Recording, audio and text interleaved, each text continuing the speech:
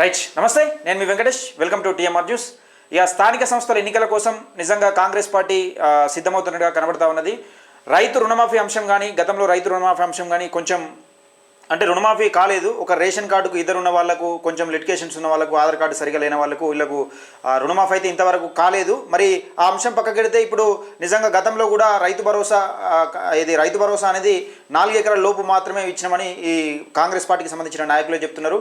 మరి స్థానిక సంస్థల ఎన్నికల నేపథ్యంలో ఇప్పుడు ఏమని చెప్పిందంటే, వ్యవసాయ సాగుయోగ్యమైన అన్నిటికీ దాదాపుగా వ్యవసాయం చేసే అన్ని భూములకు అన్లిమిటెడ్గా రైతు భరోసా ఇస్తామని చెప్తున్నది. నిజంగా ఇప్పటికిప్పుడు స్థానిక ఎన్నికలకు పోవడానికి సిద్ధమవుతున్నట్టుగా కనబడతా ఉన్నది. అలాగే ఒకవైపు బీఆర్ఎస్ పార్టీ ఈ కార్ రేసా అంటూ కేటీఆర్ విచారణకు పోతా ఉన్నాడు. ఇటు కాళేశ్వరం విషయంలో కూడా హరీష్ రావు అలాగే కేసీఆర్ కూడా విచారణకు కొనసాగుతూ ఉన్నది. ఈ నేపథ్యంలో నిజంగా బీఆర్ఎస్ పార్టీ ఇంకా గ్రాఫ్ తగ్గించేందుకు ప్రయత్నం చేస్తున్న కాంగ్రెస్ పార్టీ ఇప్పటికిప్పుడు ఎన్నికలకు పోతే ఏ విధంగా ఉంటుంది, రిజల్ట్ ఏ విధంగా ఉంటుంది. ఏదేమైనప్పటికీ కొంచెం అధికార పార్టీ పాజిటివ్ ఉండే అవకాశం ఉంటుంది. కానీ రైతుల పక్షాన కానీ, నిరుద్యోగుల పక్షాన కానీ బీసీ రిజర్వేషన్ 42 రిజర్వేషన్ అంశం గురించి తీసుకుంటే ఏ విధంగా ఉంటుంది, దీనికి సంబంధించిన విషయాలు మనం చర్చించేందుకు మనతోని ఏవిఎం ఛానల్ CEO గారు అన్నపూసల వెంకటేశ్వర్లు మనతో ఉన్నాడు. నమస్తే అన్న. అన్న, ఎట్లా ఉండబోతుంది స్థానిక ఎన్నికలకు? కాంగ్రెస్ పార్టీ ఆల్మోస్ట్ సిద్ధమైనట్టుగా కనబడతా ఉన్నది. నిజంగా ఎట్లా ఉంటుంది స్థానిక ఎన్నికలకు? ఇప్పటికిప్పుడు స్థానిక ఎన్నికలకు పోతే అంటే నెక్స్ట్ మంత్ పోవడానికి సిద్ధంగా ఉన్నట్టుగా కనబడతా ఉన్నది. మరి ఎట్లా ఉండబోతుంది? 42 రిజర్వేషన్ కానీ, లేకపోతే రుణమాఫీ కానీ, రైతు భరోసా కానీ, ఈ అంశాలు కాంగ్రెస్ పార్టీ కలిసి వచ్చే అవకాశం ఉంటుందా? ఒకవేళ 42% రిజర్వేషన్ పక్కకెట్టి వెళ్తే ఎట్లా ఉంటుంది? నిజంగా 42 రిజర్వేషన్ అమలు చేసి వెళ్తే ఎట్లా ఉంటుంది? ఈ బీఆర్ఎస్ పార్టీ, బీజేపీ పార్టీ ఇవన్నీ ఎట్లా ఉండబోతుంది? మీ వర్షంలో చెప్పండి ఒకసారి. ఆల్మోస్ట్ వన్ సైడ్ ఉంటుంది. ఆల్మోస్ట్ స్థానిక సంస్థల ఎన్నికల్లో కాంగ్రెస్ పార్టీ వన్ సైడ్ ఉంటుంది. వన్ సైడ్ అంటే గుడ్డిగా చెప్పడం కాదు, అధికార పార్టీ అని కాదు. ఇలా నిరుద్యోగులకు గాని, రైతులకు గాని, గ్రామ స్థాయిలో ఉన్నటువంటి మహిళలకు గాని అత్యధిక ప్రాధాన్యత ఇచ్చినటువంటి పార్టీ కాంగ్రెస్ పార్టీ. దేశంలోనే మహిళలను కడుపులో పెట్టుకొని చూసుకోవడం లోపల మొదటి స్థానంలో ఉన్నటువంటి కాంగ్రెస్ పార్టీ. అంటే మహిళల ఓట్లు తర్వాత మహిళలకు పెద్దపీట వేసే అవకాశం గానే ఎక్కువ కనబడతా ఉన్నది. ఎందుకంటే ప్రతి మహిళను కోటీశ్వరులను చేస్తామని ఒక వ్యాఖ్యలు అయితే చేస్తా ఉన్నది. మహిళలకు కూడా ఫ్రీ బస్సు, ఈ 500కు గ్యాస్ సిలిండర్ లాంటి అంశాలు ముఖ్యంగా పెద్దపీట మహిళలకే వేస్తున్నట్టుగా కనబడతా ఉన్నది. 100% మహిళ ఏంటంటే ఖచ్చితంగా ఆమె నిబద్ధతతో పని చేసుకుంటది. టైం వేస్ట్ కాకుండా పని చేసేది జెంట్స్ కన్నా మహిళలు ఎక్కువ ఉంటారు. ఖచ్చితంగా కుటుంబ బాధ్యతలను, పిల్లలు చూసుకోవడము, ఇల్లు చూసుకోవడము, దాని తర్వాత ఎదగాలనంటే మాట మీద నిలబడము, అన్ని రకాలుగా పురుషుల కన్నా మహిళలే ప్రథమ స్థానంలో ఉంటారు. ముఖ్యంగా తరతరాలుగా మహిళలను పురుషుని వెనుక నడుస్తున్నటువంటి మహిళ ఇలా కాంగ్రెస్ ప్రభుత్వం లోపల మహిళ వెనుక పురుషులు నడవటువంటి స్థాయి వచ్చింది. 100% మహిళలనే కాదు, రైతులను కూడా కడుపులో పెట్టి చూసుకున్నది. భారతదేశం లోపల రైతు రుణమాఫీ చేసినటువంటి ఏకైక పార్టీ ఏదైనా ఉంది అంటే అది కాంగ్రెస్ పార్టీ. అది తెలంగాణలో రాష్ట్రం చేసింది. గతంలో కూడా కొందరికి రుణమాఫీ అనేది కాలేదు. అంటే రేషన్ కార్డుకి ఇద్దరు ఉన్న వాళ్ళు కానీ, లేకపోతే ఇంకా ఆధార్ కార్డు మిస్టేక్స్ ఉన్న వాళ్ళు కానీ కొన్ని మాత్రమే చేసిర్రు. అప్పుడు ఆర్థిక పరమైన ఇబ్బందులు ఉన్నాయని ఈ కాంగ్రెస్ పార్టీ నాయకులు చెప్తున్నారు. నిజంగా దాన్ని ఏ విధంగా చూడొచ్చు? టెక్నికల్ ఇష్యూలు ఉన్నది వాస్తవం, కానీ 100కి 74%, 72 నుంచి 74% ఉన్నటువంటి చిన్న సన్నకారు 2 ఎకరాల లోపి భూమి ఉన్న వాళ్ళే 100కి 74% ఉన్నారు. 100కి 74% ఉన్నటువంటి పేద రైతులకు అందరికీ రైతు రుణమాఫీ జరిగింది. మినిమం 50,000 నుంచి ₹1,00,000, ₹1,50,000 ఉన్నటువంటి వాళ్ళందరు రైతులకు 2 ఎకరాల భూమి ఉన్న వాళ్ళకు ₹2,00,000 లాభం జరిగింది. ఇలా కేసీఆర్ 10 సంవత్సరాలు వేస్తే 2 ఎకరాలకు ఎంత వస్తుండే? సంవత్సరానికి 10,000 వస్తుంది. ఆయన 4 సార్లు ఆయన 10 సంవత్సరాలు మొత్తం కేసీఆర్ చెల్లించిన కన్నా మొత్తం రేవంత్ రెడ్డి గారు కాంగ్రెస్ పార్టీ ఒకే దఫాలో లక్ష పైన ఉన్నటువంటి పేద రైతుల రుణమాఫీ తీర్చినటువంటి కాంగ్రెస్ ప్రభుత్వం. ఖచ్చితంగా రైతులు సంతోషంగా ఉన్నారు. 100కి 74% ఉన్నటువంటి 2 ఎకరాల లోపల ఉన్నటువంటి పేద రైతులు అందరూ ఆనందంగా ఉన్నారు, హ్యాపీగా ఉన్నారు. పేదలు మొత్తం కాంగ్రెస్ పార్టీ వెంబడే ఉన్నారు. అంటే ఒకవైపు చాలా మంది రుణమాఫీ కాని వాళ్ళు ఉన్నారు. అవునవును, అదే ఒకవైపు బీఆర్ఎస్ పార్టీ ఏంటంటే ఏకకాలంలో రుణమాఫీ కాలేదు, ఏకకాలంలో రుణమాఫీ చేస్తే నేను రాజీనామా చేయడానికి సిద్ధం ఉన్నా అని హరీష్ రావు ఒక పక్క సవాల్ ఇసిరిండు. నిజంగా ఏకకాలంలో రుణమాఫీ చేయడం సాధ్యం కాదని హరీష్ రావు కూడా తెలిసేనా ఈ మాట? అందరికి తెలుసు, దేశం మొత్తం తెలుసు. కానీ అసాధ్యాన్ని సుసాధ్యం చేయాలి, రైతులకు అండగా ఉండాలని కాంగ్రెస్ పార్టీ అనుకున్నది. అయితే 2 లక్షల పైబడి ఎవరైతే రుణం తీసుకున్నారో వాళ్ళ డబ్బులు ప్రభుత్వం కట్టినా అవి అప్పుల కింద జమ చేసి వాళ్ళ అప్పు అదే విధంగా మిగిలిపోతుంది. మీరు ఎవరైతే 2 లక్షలు మీరు కట్ట అంటే ఎవరైతే 2 లక్షలకు పైన ఉన్నదో మీరు కట్టుకోండి మేము వేస్తామని చెప్పింది. మాక్సిమం ప్రభుత్వం దగ్గర ఉన్నటువంటి డబ్బును సాయాశక్తిలా ఇచ్చిన మాట నిలబెట్టుకోవడం కోసం నిరుపేద రైతులకు అందరికి కూడా 2 ఎకరాల 3 ఎకరాల 4 ఎకరాల వరకు లోపల భూమి కలిగినటువంటి పేద రైతుల అందరికి అకౌంట్ లో డబ్బులు వేసింది. అంటే ముఖ్యంగా పేదల పెన్నిదిగా మారింది. ఇంకా ఇవ్వాలి, నేను రైతులకు ఎక్కువ శాతం 4 ఎకరాల లోపు ఉన్న రైతులే ఎక్కువ ఉంటారు. నిజంగా రైతుల పేదల ప్రక్షాళన నిలబడ్డదని మీరు అంటున్నారు. ఎస్ 100% వాళ్ళకు కూడా ఇవ్వాలంటున్నాం. ఇప్పుడు ప్రభుత్వము ఇప్పుడు రైతు రుణమాఫీ తర్వాత రైతు భరోసా ఎట్ టైం కొంచెం ఇబ్బంది అయింది. కానీ ఇప్పుడు రైతు రుణమాఫీ మాక్సిమం అయిపోయింది కాబట్టి రైతు భరోసా ఇక్కడ నుంచి క్రమం తప్పకుండా వచ్చే అవకాశం ఉంది. రైతులను కాంగ్రెస్ పార్టీ కడుపులో పెట్టి చూసుకుంటది. ఈ రైతు భరోసా అంశం తీసుకుంటే రైతు భరోసా గతంలో కేసీఆర్ 10,000 ఎకరానికి 10,000 రూపాయలు ఇస్తామని చెప్పిండు. కాంగ్రెస్ పార్టీ అధికారంలోకి వచ్చిన తర్వాత 15,000 రూపాయలు ఇస్తామని చెప్పింది. మరి నిజంగా దీన్ని 15,000 రూపాయలు 12,000 కుదించింది. దీన్ని నిజంగా రైతులు ఏ విధంగా తీసుకునే అవకాశం ఉంటుంది? మాట తప్పిన కాంగ్రెస్ గా నిజంగా రైతులు ఏమైనా వ్యతిరేకించే అవకాశం ఉంటుందా? లేకపోతే 10,000 కన్నా 12,000 రూపాయలు ఎక్కువ ఇస్తున్నారని కాంగ్రెస్ పార్టీ తిరిగే అవకాశం ఉంటుంది? 100% రైతులు అర్థం చేసుకుంటారు. ఏంటంటే ప్రభుత్వము రైతులకు ఇవ్వాలనుకున్నది, కానీ ప్రభుత్వ వెసులుబాటును బట్టి అక్కడ ఉద్యోగాల కోసం ప్రభుత్వం నడుపుతూ రైతులకు ఇవ్వడము, ప్రభుత్వాన్ని కాపాడుకుంటూ రైతులకు ఇస్తే ప్రభుత్వము పటిష్టంగా ఉంటే రైతులకు మంచిది.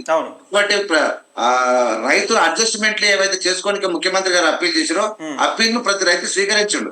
100% మా కోసమే కదా, మా పిల్లల కోసమే చదువు చెప్తున్నాడు, మా పిల్లల కోసమే ఉద్యోగాలు ఇస్తున్నాడు, మా కోసమే అనేకమైనటువంటి ఎరువుల నాణ్యత పెంచుతున్నారు, విత్తనాల నాణ్యత పెంచుతా ఉన్నారు, పంటలు కొంటా ఉన్నారు, రైతులకు అండగా ఉంటారు. మా ఇంట్లో ఉన్నటువంటి మహిళలకు పెద్దపీట వేస్తా ఉన్నాడు, సిలిండర్లు ఇస్తా ఉన్నాడు 500కు, ఇలా ఉచిత పేదవాళ్ళకి విద్యుత్ ఇస్తా ఉన్నాడు, రాష్ట్రం అభివృద్ధి చేస్తా ఉన్నాడు. ఇన్ని రకాలుగా పోతున్నటువంటి రేవంత్ రెడ్డి గారికి అండదండగా ఉండాలి, రాష్ట్ర ప్రభుత్వాన్ని కాపాడుకోవాలని గ్రామ స్థాయిలో ఇలా పట్టణ స్థాయిలో ప్రజలందరూ కాంగ్రెస్ పార్టీని ముందుకు తీసుకుపోవడానికి సిద్ధంగా ఉన్నారు. ఎక్కడ డౌట్ పడాల్సిన అవసరం లేదు. అంటే రైతు భరోసా అంశం తీసుకుంటే రైతు భరోసా అంశం సరే 15,000 నుంచి 12,000 కుదించారు, ఓకే సార్. కానీ ఇప్పుడు ఇంకొక పెద్ద టాస్క్ వచ్చి పడ్డది. ఇప్పుడు కామారెడ్డి డిక్లరేషన్ ప్రకారం 42% రిజర్వేషన్ కల్పించిన తర్వాతే స్థానిక ఎన్నికలకు పోవాలని కొన్ని బీసీ సంఘాలు డిమాండ్ చేస్తున్న నేపథ్యంలో కాంగ్రెస్ పార్టీ ఎలాంటి నిర్ణయం తీసుకోబోతా ఉన్నది? స్థానిక ఎన్నికల ముందు నిజంగా ఇది ఒక పెనుగండంగా మారింది. దీన్ని ఏ విధంగా చూస్తారు మీరు? పెనుగండం ఏం కాదు. అసలు యాక్చువల్ గా రాహుల్ గాంధీ ఉద్దేశం ఏంటంటే ఖచ్చితంగా ఏ వర్గాలకైతే రాజకీయ ఫలాలు అందలేదు, ఏ బీసీ వర్గాలు ఈ దేశంలో అత్యధిక శాతం ఉన్నటువంటి బీసీ ఎస్టీ బీసీ మైనారిటీ వర్గాలు ఇంతవరకు 90% అధికారం దూరంగా ఉంటున్నారని చెప్తున్నారు రాహుల్ గాంధీ. అవునే సార్, అధికారంగా దూరంగా ఉన్న వాళ్ళందరికీ అధికారం కట్టబెట్టడమే రాహుల్ గాంధీ డిసైడ్ అయిపోయాడు తప్ప ఇది గండం కాదు. కాంగ్రెస్ పార్టీకి ఒక వరం, బీసీలను కడుపులో పెట్టుకోవాలి, అత్యధిక మెజార్టీ ఉన్న వాళ్ళందరినీ రాజకీయ నాయకులుగా తీర్చిదిద్దాలి, మెజార్టీ ప్రజల నుంచే రాజకీయ నాయకులు రాలే, వాళ్ళే ఈ రాష్ట్రాన్ని ఈ దేశాన్ని ఏలుకోవాలనేదే రాహుల్ గాంధీ ఉద్దేశం. ఆ ఉద్దేశం ప్రకారం నడుస్తాడు తప్ప ఇలా బలిసిన వాళ్ళకే ఉన్నత వర్గాలను తీసుకుపోయి వాళ్ళకే అధికారాలు ఇచ్చి వాళ్ళకే చేసేటువంటి రోజులు పోయినాయి. ఇలా పేద వర్గాల నుంచి కూడా నాయకత్వం వహించి ఈ దేశాన్ని కాపాడుకునే రోజులు రాహుల్ గాంధీ సారథ్యంలో వస్తున్నాయి. రైట్ అన్న, మొన్నటి మంత్రివర్గ విస్తరణ కాంగ్రెస్ పార్టీ కలిసొచ్చే అవకాశం ఉన్నదా? లేకపోతే నిజంగా ఒక 3 మంత్రి పదవులు పక్కన పెట్టడాన్ని, అగ్రవర్ణాలకు 3 మంత్రి పదవులు పక్కకెట్టి నిజంగానే స్థానిక ఎన్నికల తర్వాత వీళ్ళకు మళ్ళీ రెడ్డిలకే ఈ పదవులు ఇచ్చే అవకాశంగా ఉన్నట్టు కొంచెం బీసీ వర్గాలు అనుమానపడుతున్నాయి. నిజంగా ఈ మొన్న మంత్రివర్గ విస్తరణ కలిసొచ్చే అవకాశం ఉంటుందా? లేకపోతే 3 మంత్రి పదవులు పక్కకెట్టడాన్ని నిజంగా బీసీ వర్గాలు తప్పుపట్టే అవకాశం కనబడుతుంది? ఎట్లా ఉండబోతుంది?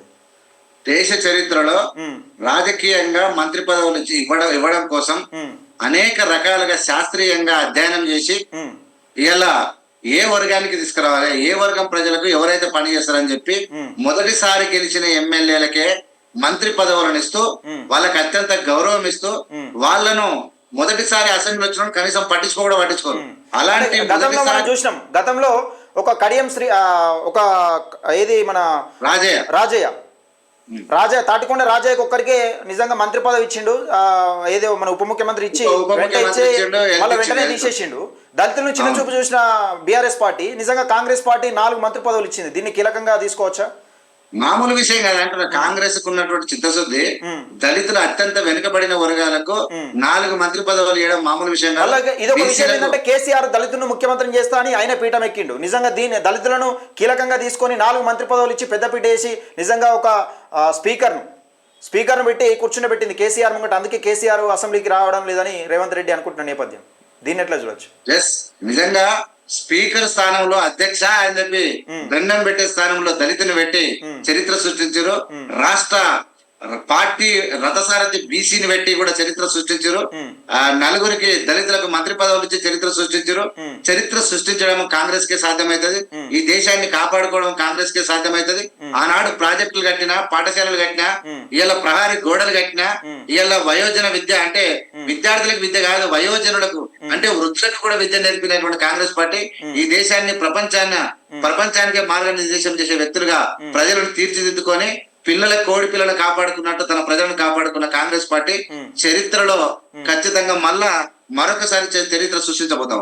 అంటే కాంగ్రెస్ పార్టీ ఇచ్చిన 6 గ్యారంటీలలో 2500 రూపాయలు మహిళలకు 2500 రూపాయలు కానీ, తులం బంగారం కానీ, కళ్యాణ లక్ష్మిలో తులం బంగారం ఇస్తామని చెప్పింది. నిజంగా దీన్ని ఇంకా పూర్తి స్థాయిలో అమలు చేయకపోవడంపై నిజంగా కాంగ్రెస్ పార్టీకి ఏమైనా వ్యతిరేకం పెరిగే అవకాశం లేదా? ప్రజలు దీన్ని ఏ విధంగా చూస్తారు?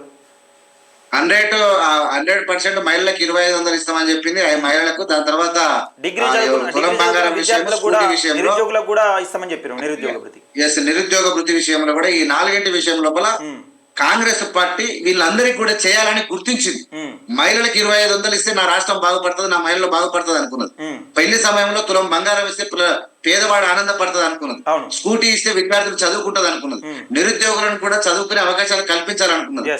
ఈ 4 చేయాలని చూసింది.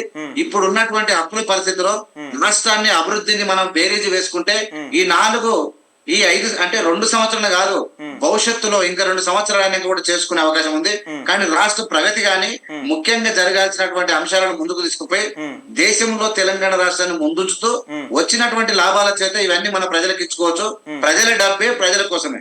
బంగారం ఇచ్చినా, స్కూటీలు ఇచ్చినా, 2500 ఇచ్చినా ప్రజలకు ఎప్పుడు ఇవ్వాలి, ఏ సమయం వెళ్ళాలి అనేది ఆచి చూసి అడిగేస్తూ రాష్ట్రాన్ని అభివృద్ధితో ముందుకు సాగుతున్నటువంటి కాంగ్రెస్ పార్టీకి చిరుగు లేకుండా పోతా ఉంది. అంటే ఇటు ఒక పక్క బీఆర్ఎస్ పార్టీ కేటీఆర్ గానీ, కేసీఆర్ గానీ, సరే కేసీఆర్ మాట్లాడకపోయినా, ఇక్కడ కూడా మాట్లాడకపోయినా హరీష్ రావు గానీ, కేటీఆర్ గానీ 6 గ్యారంటీలు అమలు చేయడంలో కాంగ్రెస్ విఫలమైంది, నిజంగా కాళేశ్వరం విషయంలో కావాలని కుట్ర పడుతుంది మా పైన అని కొన్ని ఆరోపణలు చేస్తూ ఉన్నారు. దీన్ని నిజంగా ఏ విధంగా చూడొచ్చు? కాళేశ్వరం విషయంలో అవినీతి KCR family and Kalvakuntla family చేయలేదా?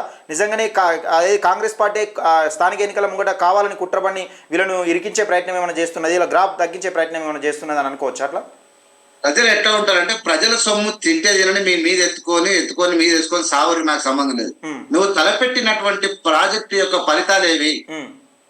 నీ ప్రాజెక్టు ఇలా పంప్ హౌస్ యొక్క మోటార్ల యొక్క గోడలు కూలిపోవడం ఏంది, మునిగిపోవడం ఏంది, ఇలా పిల్లలు కుంగిపోవడం ఏంది, డ్యామ్ కు పొంగలు వేయడం ఏంది, ఇన్ని రకాలైనటువంటి రిజెక్షన్ ఉంటాయా దేశ చరిత్ర ప్రపంచంలో? వీళ్ళెవరు కూడా అంత నిర్లక్ష్యంగా కట్టినా ఇంత కుంగిపోయింది. నిజంగా 1,30,000 కోట్లు పెట్టి కట్టిన ప్రాజెక్టు ఎవరికి అక్క కాకుండా పోతే నిజంగా వీళ్ళు ఇప్పటికి కూడా ఇంకా సమర్థించుకుంటా ఉన్నారు. నాది తప్పకంటే గతంలో మీరు చూసిర్రు కేసీఆర్ ఏం మాట్లాడిండు, నేను తలకాయంత ఖర్చు పెట్టి నా రక్తపు సుక్క అంత ఖర్చు పెట్టి కాళేశ్వరం ప్రాజెక్టు కడితే మీకు కంటికి కనబడతలేదే, కాంగ్రెస్ వాళ్ళకి కంటికి కనబడతలేదు అని చెప్పిండు. మరి ఇప్పుడు ఆ డైలాగులు నేనే కట్టినా అని ఎందుకు ఒప్పుకుంటలేరు? ఏ నాయకుడు కూడా ఇప్పుడు హరీష్ రావు కానీ, కేసీఆర్ కానీ ఎందుకు ఒప్పుకుంటలేరు? దీన్ని నిజంగా నేనే కట్టినా ఎందుకు చెప్పుకోలేకపోతున్నారు? ఎందుకంటే అటర్ ఫ్లాప్ అయింది, ఫెయిల్ అయింది. ఇప్పుడు ఇంజనీర్లు ఏమంటుంటే ఒక నానుడు ఉంది, కుక్క తోకదాలి పనిమంతుడు పందిరేస్తే కుక్క తోకదాలి ఊసిపోయింది అన్నట్టు. కానీ ఇక్కడ పనిమంతుడు పందిరేస్తే కుక్క తోక తలకుండా ఊసిపోయింది. నీళ్లు ఇప్పుడు ప్రాజెక్ట్ అంటే నీళ్లు కట్టే నీళ్లు వచ్చి నేను చేసిన ప్రాజెక్టు. ఒకనొక సమయంలో కేటీఆర్ కూడా ఏమన్నాడంటే, అంటే సరే ఆ తలతిక్క మాటలని అనుకోవచ్చు, కానీ విషయం ఏంటంటే కాంగ్రెస్ వాళ్ళే ఎలక్షన్ల ముంగట బాంబులు పెట్టి పేల్చేసి రమని ఒక తీట మాటలు, ఒక రకమైన పురుగు మెషిన్ల మాటలు అంటారు. ఇక పురుగు మెషిన్ల మాటలు మాట్లాడారు. దాన్ని కూడా ఏ విధంగా చూడొచ్చు? నిజంగా కాంగ్రెస్ పార్టీ బాంబులు పెట్టి పేల్చేంత, కాళేశ్వరం ప్రాజెక్టును బాంబులు పెట్టి పేల్చేంత కుట్ర ఉంటుందా బీఆర్ఎస్ పైన? అంత పాపాత్ములు గానీ అంత అది మనుషులు గారు అట్లా ఎవరు చేయడు. నిజంగా మనకు తెలుసు, ప్రాజెక్టు ఎలక్షన్లకు ఒక 2-3 సంవత్సరాల ముందు నుంచి కాళేశ్వరం ప్రాజెక్ట్ అనేది పోలీసు పహారాల మధ్యలో ఉన్నది. అంత కాపలా ఎవరు పోయేది కాదు. అంటే అంత కూడా ఒక వివాదం తెరపైకి వచ్చింది. కరెంటు బిల్లు 4,000 కోట్ల రూపాయల కరెంటు బిల్లు. నిజంగా ఇది ఒకవేళ వాడినా కానీ కరెంటు బిల్లు ఎక్కువ అవుతుంది, నీటి ఎత్తిపోతల కన్నా కరెంటు బిల్లు ఎక్కువ అవుతుంది, 4,000 కోట్ల కరెంటు బిల్లు పెండింగ్ ఉందని ఒక వార్త తెరపైకి వచ్చిన నేపథ్యంలో అంతలోపే వర్షాలు బాగా రావడం, ఈ పంప్ హౌజ్లు కూలడం, మోటార్లు ఖతమైపోవడం, ఆ అండర్ గ్రౌండ్ లోకి వాటర్ పోవడం, మోటార్లని పంపులు ఖరాబ్ అయిపోవడం, ఇవంతా నడిచింది. సరే, ఇవంతా నడిచిన తర్వాత కూడా ఈ బీఆర్ఎస్ పార్టీ ఎక్కడ కూడా మేము కాళేశ్వరం విషయంలో తప్పు చేసినామని ఒప్పుకునే దాఖలాలు కనవలే. దీన్ని ప్రజలు ఎట్లా చూడాలి? అట్లా కాదు, రాష్ట్రాన్ని మొత్తాన్ని కూడా అప్పగిస్తే గంట సేపట్లో మింగేయగల సామర్థ్యం ఉంది వాళ్ళకు. మింగేసి కూడా మాకేం తెలియదు అంటారు. ఆ సామర్థ్యం ఉన్న వ్యక్తులు ఇవాళ కరెంటు బిల్లులు కాదు, వైట్ ఎలిఫెంట్ అంటే చూడడానికి పెద్ద కనబడుతుంది. వైట్ ఎలిఫెంట్ అంటే చూడనికే కనబడుతుంది కానీ అది పనిచేయదు. ఎందుకు బోర్డు మీద చాక్ పీస్ తో రాసిన ఎలిఫెంట్. చాలా మంది మేధావులు కాళేశ్వరం ప్రాజెక్టుకు కేసీఆర్ కు ఒక వైట్ ఎలిఫెంట్ లాంటిది, అది కమిషన్ల కోసం కట్టే ప్రాజెక్టు తప్పితే ప్రజలకు అక్కడికి వచ్చే ప్రాజెక్టు కాదు కానీ చాలా మంది చెప్పారు. తీన్మార్ మల్లన్న కూడా అందులో ముఖ్యంగా ప్రముఖ కొంతమంది నిజంగా కేవలం కాళేశ్వరం ప్రాజెక్ట్ అనేది కమిషన్ల కోసమే కేసీఆర్ కడుతున్న డ్రామా, ఇది అక్కడ కట్టాల్సిన ప్రాజెక్టు కాదు. నిజంగా కాంగ్రెస్ వేరే కాలం సూచించింది, సరే ఇది కేసీఆర్ ఇక్కడ కడుతున్నాడు, కాళేశ్వరం ప్రాజెక్ట్ అనేది ఎవరికి అక్కడికి రాకుండా పోతుందని కొంతమంది నిపుణులు చెప్పిన నేపథ్యంలో నిజంగానే ఇది రుజువు అయిపోయింది ఈరోజు. దీన్ని ఏ విధంగా కేసీఆర్ పెడచెవున పెట్టి నిజంగా ఒంటెత్తి పోకడ వేయండి అని చెప్పుకోవచ్చా దీన్ని? అసలు యాక్చువల్ గా వాళ్లకు చిత్తశుద్ధి లేదు. ఎవడైనా ఒక ప్రాజెక్టు కట్టినప్పుడు ఆ ప్రాజెక్ట్ లో లోపాలు ఏర్పడినప్పుడు సిగ్గుతో తలదించుకొని వాడు ఇమ్మీడియట్ గా ఎవడైతే కాంట్రాక్ట్ ఉండో వాళ్ళ మీద చర్య తీసుకొని బాధపడతారు. అట్లా కాదు, అట్లా తీసుకుంటే నిజంగానే తప్పు జరిగిందని తీసుకుంటే రాజకీయ భవిష్యత్తు నష్టమైతుంది కదా, రాజకీయ భవిష్యత్తు దెబ్బతింటది కదా. మేము తప్పు చేసినామని ఒప్పుకుంటే రాజకీయ భవిష్యత్తు ఖతమైపోతుంది కదా బీఆర్ఎస్ పార్టీ. అదే అంటున్నా, రాజకీయ భవిష్యత్ దెబ్బ కాదు, తప్పును ప్రజలు ఇలా తెలివైన వాళ్ళు వెనకట్లేక కాదు, వాస్తవం చెప్పినప్పుడు తప్పు జరిగినప్పుడు ఎస్ ఇక్కడ తప్పు జరిగింది, ఈ తప్పును రెక్టిఫై చేసుకుంటాం, మా మిస్టేక్ జరిగింది మమ్మల్ని క్షమించండి అని చెప్పి ప్రజలకు చెప్పారు తప్ప, మేకపోతే అంటే ప్రజలు పిచ్చోళ్ళు కాబట్టి మేము అన్ని మంచిగా చేసినామంటే ప్రజలు నమ్ముతారు అనుకుంటారు. కాళేశ్వరం ప్రాజెక్టు దెబ్బకు కథమైపోయినటువంటి కల్వకుంట్ల ఫ్యామిలీ భవిష్యత్తులో కూడా ఆ కాళేశ్వరం పాపం అనేటివి కేసీఆర్ ను వెంటాడుతూనే ఉంటాయి. ఇలా అవినీతి అనేది, ధరణి అనేది ఈ రాష్ట్రంలో ఉన్నటువంటి టోటల్ ఈ ఇన్కమ్ సోర్స్ మొత్తాన్ని నాశనం చేసినటువంటి వీళ్ళు రాష్ట్రంలో ఉన్నటువంటి నిరుద్యోగుల భవిష్యత్తును, రాష్ట్ర ప్రగతిని టోటల్ నాశనం చేసి అప్పుల కుప్ప చేసి ఇలా మళ్ళీ రాజకీయంగా పబ్బం కట్టుకోవాలని చూస్తూ ఉన్నారు. రేవంత్ రెడ్డి మీద వ్యతిరేకత ఎప్పుడు వస్తుందా అని చెప్పి వెయిటింగ్ చేస్తా ఉన్నారు. నాకు తెలిసి ఒక 20-30 ఏళ్ళు వీళ్ళకి దరిదాపుల్లో కూడా అధికారం రాదు. వీళ్ళు ఎంత ఆలోచించినా పొరుదండాలు పెట్టినా వీళ్ళు కథమైపోవడం తప్ప వీళ్ళ నుంచి కాదు. రైచన్న, నిన్న ఈ కార్ రేస్ లో విచారణ ఎదుర్కొన్న కేటీఆర్ కూడా మీరు చూసిండవచ్చు, మీరు కూడా కౌంటర్ వేసినట్టున్నారు. అయితే దానికి సంబంధించి కూడా కేటీఆర్ కొన్ని వ్యాఖ్యలు చేసిండు. దద్దమ్మ రేవంత్ రెడ్డి పరిపాలన చేతగాకనే కావాలని స్థానిక ఎన్నికల ముంగట మమ్మల్ని నిజంగా ఆయన చెప్పకూడదు తిన్నాడు కాబట్టి మమ్మల్ని కూడా జైలుకు పంపించే ప్రయత్నం చేస్తున్నాడు. ఒకవేళ పంపించినా కానీ 15 రోజులు పోతా ఏమవుతుంది, నీ మళ్ళీ వస్తా రెస్ట్ తీసుకొని మళ్ళీ వస్తా నీ పంతం పడతా అంటున్నాడు. నిజంగానే జైలు కోవడానికి కేటీఆర్ సిద్ధంగా ఉన్నాడు. ఒకవేళ విచారణ అనగానే ఎందుకు హైకోర్టుకు సుప్రీంకోర్టుకు ఎందుకు ఉరుకుతున్నాడు? మరి ఒకటే నేను చెప్తా ఉన్నా, కేటీఆర్ గాని కేసీఆర్ ఫ్యామిలీ గాని జైలు ఉండొస్తే సింపతి వెళ్తుంది అన్నటువంటి భ్రమలో ఉన్నారు. 2 సంవత్సరాలు అయింది, రేవంత్ రెడ్డి గారి మీద ఒత్తిడి వస్తుంది. ఇంత పెద్ద భూ కుంభకోణాలు, ఇంత పెద్ద అంటే కాంగ్రెస్ పార్టీ కేసీఆర్ అవినీతి చేసిండు, కాళేశ్వరం విషయంలో అవినీతి చేసిండు, ఈ కార్ రేస్ లో 50 కోట్ల రూపాయలు మంత్రివర్గ ఆమోదం లేకుండా 50 కోట్ల రూపాయలు కంపెనీకి అప్పచెప్పిందని అనేకమంటి అంటే ఒక ప్రతిపక్షంలో ఉండి ప్రశ్నించారు కాబట్టి వీళ్ళని ప్రజలు ఈ దిశగా చూస్తున్నారు. మీరు అన్ని చెప్పారు కదా, మీరు ఏం చేస్తున్నారని ఒక క్వశ్చన్ మార్కు రేజ్ అవుతున్నది కదా అన్న. ఇప్పుడు దాదాపు కేసీఆర్ కుటుంబాన్ని ఎప్పుడు అరెస్ట్ చేస్తారని ప్రజల నుంచి ఒత్తిడి వస్తుంది. వాళ్ళ ద్వారా మోసపోయిన వాళ్ళకు, వాళ్ళ ద్వారా ఇబ్బంది పడ్డటువంటి నిరుద్యోగులకు ఈ రాష్ట్ర ప్రజలకు తెలుసు ఎంత పెద్ద నష్టం జరిగిందో.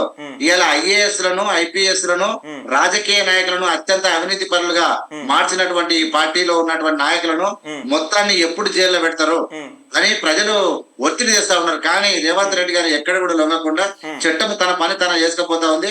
అభివృద్ధి మీద కాన్సన్ట్రేషన్ చేస్తూ ప్రజలను అభివృద్ధి చేసుకొని నిమగ్నం అయినటువంటి రేవంత్ రెడ్డి గారు ఇలా అరెస్టులు కానీ వీళ్ళ జైళ్ల గురించి కానీ పగల ప్రతీకారాలకు పోకుండా చాలా సిస్టమేటిక్ గా తెలంగాణ రాష్ట్రంలో పాలన జరుగుతుంది. రైట్ అన్న, అయితే ఎంపీ ఎలక్షన్ లో స్థానిక ఇప్పుడు ఏది మన అసెంబ్లీ ఎలక్షన్లు అయిపోయిన తర్వాత ఎంపీ ఎలక్షన్లో బీజేపీ పార్టీ పుంజుకున్నది. అలాగే ఎమ్మెల్సీ ఎన్నికల్లో కూడా నిజంగా ఒక టీచర్ ఎమ్మెల్సీ అలాగే ఒకటి పట్టభద్రుల ఎమ్మెల్సీ కైవసం చేసుకున్నది. ఈ కైవసం చేసుకున్న నేపథ్యంలో బీజేపీ పార్టీ ఏమైనా స్థానిక ఎన్నికలలో పుంజుకునే అవకాశం ఉంటుందా? ఇప్పుడు బీఆర్ఎస్ పైన అంటే ఎట్లా వ్యతిరేకత ఉన్నది, 9.5 సంవత్సరాలు ఇది పరిపాలించి ఆర్థిక విధ్వంసానికి గురైనారని ప్రజలు అర్థం చేసుకుంటున్న నేపథ్యంలో బీజేపీ పార్టీ ఏమైనా పుంజుకునే అవకాశం ఉందా? ఎస్సీ వర్గీకరణ కీలకంగా సెకండ్ ప్లేస్ 5-10 వస్తే బీఆర్ఎస్ వస్తాయి తప్ప బీజేపీ ఎక్కడ కూడా రాష్ట్రంలో పుంజుకునేటువంటి ప్రసక్తి లేదు. 100% గ్రామ స్థాయిలో బీజేపీ అనేది లేదు. బీజేపీ నాకు తెలిసి థర్డ్ ప్లేస్ కూడా ఉంటుందో అనే నమ్మకం. తెలంగాణ రాష్ట్రంలో బీజేపీ భవిష్యత్తు సున్నా. ఇక సున్నా కాదు, ఇక నుంచి మొదలైంది కౌంట్ డౌన్. 2029లో దేశవ్యాప్తంగా బీజేపీ వాష్ అవుట్. ఎక్కడ లేదు, ఛాన్స్ లేదు. ఓకే రైట్ అన్న, డీలిమిటేషన్ ప్రకారం నిజంగా మన దేశంలో డీలిమిటేషన్ జరిగితే మన రాష్ట్రాలకు అన్యాయం జరుగుతుందని రేవంత్ రెడ్డి అంటా ఉన్నాడు. ఈ నేపథ్యంలో ఇప్పుడు స్థానిక ఎన్నికలలో పోటీ చేసే సర్పంచ్లు కానీ ఎంపీటీసీలు కానీ వీళ్లకు జడ్పీటీసీలు కానీ వీళ్లకు 3 పిల్లల నిబంధన ఎత్తివేయాలని ఒక రాష్ట్ర ప్రజల నుండి డిమాండ్ వ్యక్తం అవుతున్న నేపథ్యంలో దీన్ని మీరే ఏ విధంగా చూస్తారు? నిజంగా రాష్ట్ర ప్రభుత్వం ఏ విధంగా చేస్తే బెటర్ ఉంటుంది? 100% సంతాన సాఫల్యం యొక్క పర్సెంటేజ్ తగ్గిపోయింది కాబట్టి ఖచ్చితంగా ప్రజలను ముఖ్యంగా యువకులను ప్రోత్సహించాలి. రాజకీయంగా ఉన్నటువంటి 3 పిల్లల 2 పిల్లల నిబంధన ఎత్తేసి పిల్లలతో సంబంధం లేకుండా రాజకీయ అవకాశాలు కల్పించేటువంటి అవకాశాన్ని ప్రభుత్వం పరిశీలిస్తే 100% నేను ఓటేస్తా. ఎందుకంటే చాలా మంది పిల్లలను కాపాడుకోవడం చాలా ఇబ్బంది అయింది. ఇలా 29 to 30% సంతానము అనేది కలగడం లేదు, చాలా ఇబ్బందులు అయితే ఉన్నది. పిల్లలను కడుపులో కాపాడుకోవాలి, బయటకు వచ్చినాక కాపాడుకోవాలి. ఆ పిల్లలను పోషించుకోవాలంటే తల్లిదండ్రులు భయపడతా ఉన్నారు. ఖచ్చితంగా ఎవరైనా ముందుకు వచ్చి ధైర్యంగా పిల్లలను కాపాడుకునే శక్తిగా కాపాడుకునే వాళ్ళందరికీ కూడా మంచి అవకాశాలు ఇవ్వాలి. చైనా లాంటి దేశానికే ఇలా పెద్ద అత్యంత ప్రమాదం పట్టింది కాబట్టి భారతదేశంలో కూడా ఖచ్చితంగా ఎంతమంది పిల్లలు ఉన్నా ఖచ్చితంగా వాళ్ళకి సర్పంచులుగా రాజకీయ నాయకులుగా అవకాశాలు ఇవ్వాలి. అంటే ఈ 3 పిల్లల నిబంధన ఎత్తేస్తేనే బాగుంటుందని అనుకుంటున్నాను. 100% ఎత్తివేయాలని డిమాండ్ చేస్తున్నాను. రైట్ అన్న, ఇది మొత్తానికి స్థానిక ఎన్నికలకు కాంగ్రెస్ పార్టీకి కలిసి వచ్చే అవకాశాలు ఎక్కువ కనబడతా ఉన్నాయి. ఇటు బీఆర్ఎస్ పార్టీ ఆరోపణలు ఎదుర్కొంటా ఉన్నది, బీజేపీ పార్టీ 3వ స్థానానికి పరిమితమైంది అని మీరు అంటున్నారు. సరే, ఓకే, థ్యాంక్ యూ అన్న. ఏదేమైనప్పటికీ సరే, చూద్దాం మరి స్థానిక ఎన్నికలలో వీళ్ళు ప్రజలు ఏ పార్టీ దిక్కుంటారు. నిజంగా బీసీ ప్రజలు, నిజంగా ఎస్సీ ఎస్టీ మైనార్టీ ప్రజలు, ఇటు ఎస్సీ వర్గీకరణ అంశం కానీ ఇటు కాంగ్రెస్ పార్టీకి ఏ విధంగా కలిసి, బీజేపీ పార్టీకి ఏ విధంగా కలిసి వస్తుంది, ఈ ఎస్సీలకు 4 మంత్రి పదవులు ఇవ్వడంలో సముచిత స్థానం సమన్వయం అని పాటిస్తున్న ఈ కాంగ్రెస్ పార్టీని నిజంగా ప్రజలు ఏ విధంగా ఆదరిస్తారు అనేది చూడాల్సిన అంశం. థ్యాంక్ యూ అన్న. Thank you.